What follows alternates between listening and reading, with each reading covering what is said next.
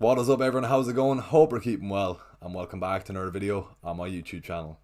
If you haven't played your wildcard so far this season, Game Week 10 is probably one of the best remaining weeks to play your wildcard, so in this video I'll be showing you the perfect Game Week 10 wildcard team.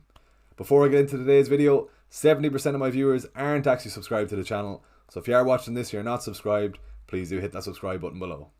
I'm currently on the road to 5k subs, so if you are watching this and you're not subscribed, please do hit that subscribe button below and support the channel and help me get there.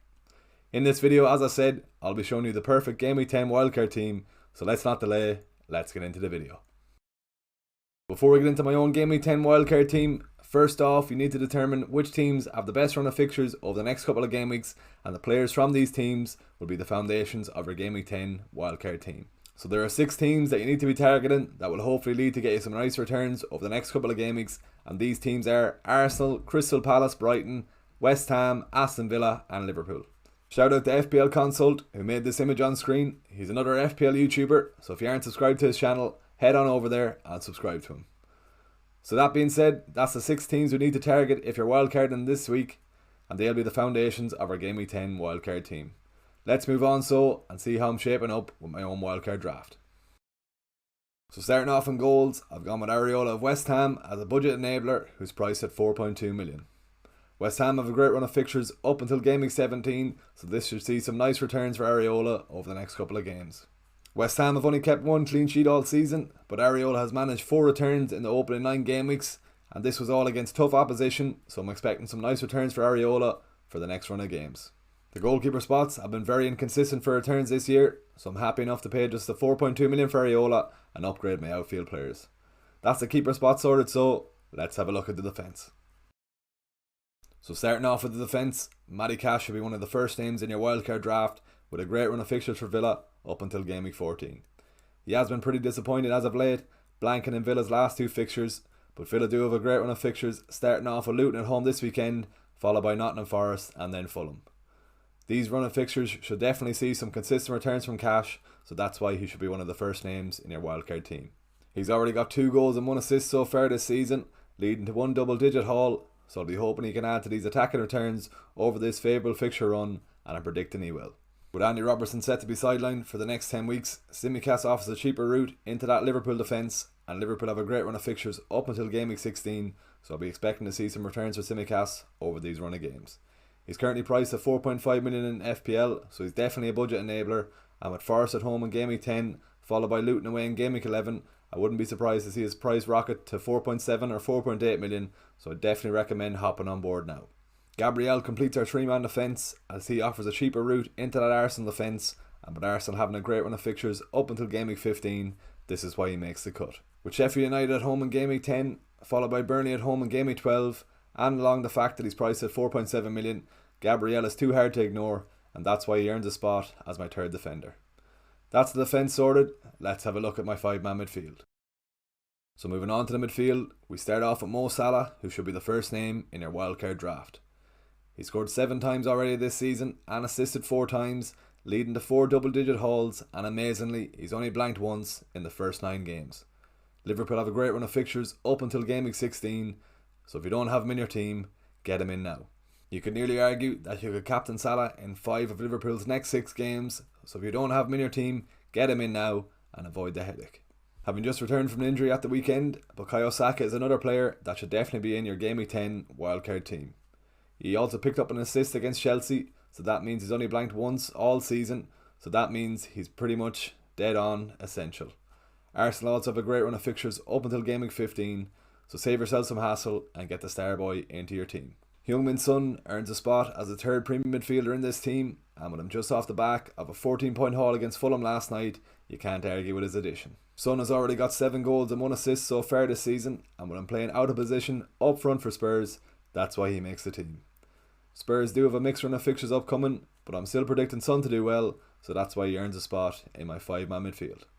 We already spoke about West Ham's favourable fixture run up until Game Week 17, and with Jared Bowen in fine form at the moment, that's why he makes the team. He's already scored 6 goals and 1 assist so far this season, returning in 6 out of the opening 9 game weeks, so he's a consistent returner, and that's why you should have him in your team. There's always a chance Bowen can be deployed as an out of position midfielder, playing up front for West Ham, so he's definitely worth the cash at 7.4 million, and with West Ham's very favourable fixture run, I'm predicting him too well over these run of fixtures. So with Salah, Saka, Bowen and Son currently taking up 4 spots in that 5-man midfield, it then gives managers the decision on which 5th budget enabler they'll opt for. I'm currently leaning towards Anthony Gordon of Newcastle, as he's playing in a team that is scoring freely at the moment, and Gordon has got 2 goals and 3 assists in his last 4 games. If you're not mad on Gordon, Cole Palmer is another budget pick, priced at 4.9 million and on penalties for Chelsea, and he's in fine form at the moment. Even though he's a good budget pick, the only thing that veers me away from Palmer is the fact Chelsea play Spurs, City, Newcastle, Brighton and United over the next 6 fixtures, so it's the poor fixture run that puts me off him. If you're not fond of Gordon or Palmer, Douglas Luiz is another budget pick who's priced at 5.5 million and in fine form for Villa at the moment. As we spoke earlier about Matty Cash, Villa have a great run of fixtures up until Game Week 16, so if you are looking for a cheap budget enabler, Douglas Luiz could be your man. The only downside is he's 1 yellow card away from a suspension, so I think it's a transfer waiting to happen, so that's why I'd avoid him for now. Anthony Gordon already served his suspension in Game Week 8 for picking up his 5 yellow cards, so going with Gordon means you won't have to waste a transfer on getting rid of a player who's yet to serve a suspension, so that's why Gordon makes the team. That's my 5-man midfield. Let's have a look at my 2 strikers. Yeah, it's no surprise to see Haaland and Watkins complete the wildcard draft, and starting off with the Villa man, Watkins has got 5 goals and 8 assists so far this season, amazingly only blanking once in the opening 9 games, so that's why he gets a nod ahead of Alvarez. We've already spoken about Villa's favourable fixture run up until Game Week 14, and with Luton at home for Villa this weekend, I wouldn't be surprised to see another haul for Watkins, and hopefully we do see that haul. In the form he's in at the moment, and with Villa facing Forest and Fulham after the Luton game this weekend, I wouldn't be surprised to see a few more hauls on the way for Watkins, and that's why he gets a nod over Alvarez in this wildcard team. Erling Haaland completes this wildcard starting 11, and with him back on the score sheet at the weekend against Brighton, to the delight of most FPL managers, he now faces Man United in a Manchester derby, and with only 2 cleans for Man United all season, you'd expect City to be amongst the goals this weekend. You could be tempted to stay away from Haaland with a difficult run of fixtures upcoming for City, but with that Bournemouth fixture at home for City in Game Week 11, that's why Haaland makes a team, as he'll definitely be the most captain player that week. FPL managers who have stayed away from Haaland have been fortunate not to have been faced with a haul from Haaland, but I'm hoping in that Game Week 11 game against Bournemouth, Haaland punishes his sellers. So that's the starting 11 sorted for this Game Week 10 wildcard team, and if you go back to what we spoke about earlier on in the video about targeting the teams with the best fixture run, this wildcard draft is broken up into 2 Arsenal, 2 Liverpool, 2 West Ham and 2 Aston Villa players. With the starting 11 picked, let's move on and see how the bench is shaping up. So looking at the bench, we start off with Matt Turner as our sub-keeper, but if you wanted to save some money, you could even downgrade to Srikasha of Brentford, priced at 3.9 million, as to be honest, you probably aren't going to play Matt Turner over their fixture run over the next couple. As we spoke about earlier, Areola has a great run of fixtures up until Game Week 17, so if you really wanted to save that extra money, you could downgrade Turner and spend your money elsewhere. Mark Guehi is probably the only player to take note of on the bench, as he rotates well with Gabriel, when in Game Week 11 Arsenal face Newcastle, and in Game Week 11 Palace face Burnley away. You can sub in Guehi for Gabriel this week, and to be fair, Palace have a decent run up until Game Week 15, so you could probably even play Guehi for a few more games other than the Game Week 11 clash against Burnley. To finish off the wildcard squad, Taylor and Archer are just cheap budget enablers who get some minutes for their own team, and they can sub into your team if one of your outfield players doesn't start, but they probably won't even see the light of day in your team, so if you are stuck for some cash, you can do Archer to Mubama and that'll save you the extra cash. So if you're watching this video and you're still unsure whether or not you're going to play your wildcard this week, you need to determine which of the week would be good to play your wildcard and outline the pros and cons from playing it that week compared to Game Week 10. The only other considerable game week where you could probably wildcard is in Game Week 19 after Man City's blank in Game Week 18, where you'll be hoping to load up on Triple City with a potential double game week in Game Week 20. If you haven't played your wildcard yet, you're probably left with Triple United players who are up against City this weekend, so I'd probably recommend you to press that wildcard button for Game Week 10 and hop on those favourable fixtures for the teams we've outlined earlier on in the video. One player to note that is in great form at the moment and isn't in this Game Week 10 wildcard draft is Kieran Trippier. You need to keep in mind though, my Game Week 10 wildcard draft consists of Ollie Watkins, Erling Haaland, Bukayo Saka, Mo Salah, Bowen, Heung-min Son and Matty Cash, so you can't afford them all.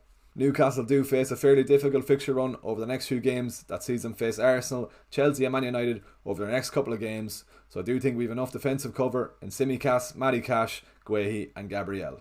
Another player who misses out in this wildcard draft is Matoma of Brighton, and we spoke about Brighton earlier on in the video as they have a great run of fixtures up until Game Week 16, but it goes back to what we were saying similar about Trippier, you can't fit them all in.